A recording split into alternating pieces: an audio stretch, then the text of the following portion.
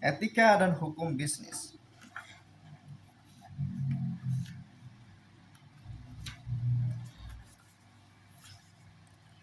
Modul 3, tanggung jawab sosial perusahaan.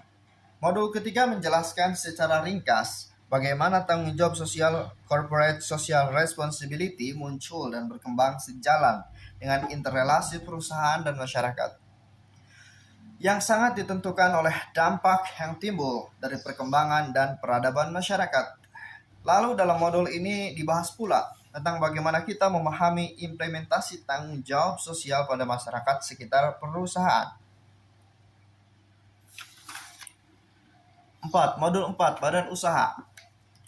Modul keempat menjelaskan secara ringkas bagaimana aktivitas perusahaan dan kaitannya dengan hukum bisnis, serta bagaimana badan usaha yang berbadan hukum dan badan usaha yang tidak berbadan hukum dibentuk.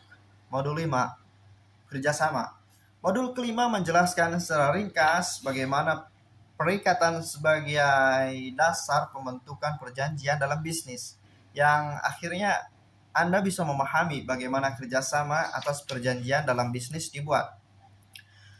Nah, modul 6, lembaga keuangan dan pembiayaan dalam bisnis. Modul ke-6 menjelaskan secara ringkas bagaimana lembaga keuangan dan lembaga pembiayaan bisa menjadi alternatif permodalan dalam bisnis, sehingga para pelaku usaha dapat memilih bentuk-bentuk permodalan yang paling tepat dalam menjalankan bisnis.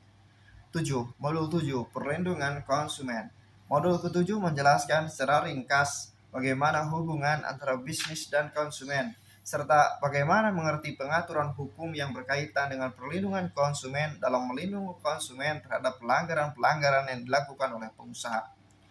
8. Modul 8, persaingan usaha tidak sehat dan akibatnya. Modul ke-8 menjelaskan secara ringkas bagaimana persaingan bisnis serta akibat persaingan yang menyebabkan bangkrutnya perusahaan, sehingga terjadilah kepailitan dan permohonan penundaan pembayaran. Modul 9, penyelesaian sengketa bisnis. Modul ke-9 menjelaskan secara ringkas bagaimana penyelesaian sengketa konvensional dan non-konvensional.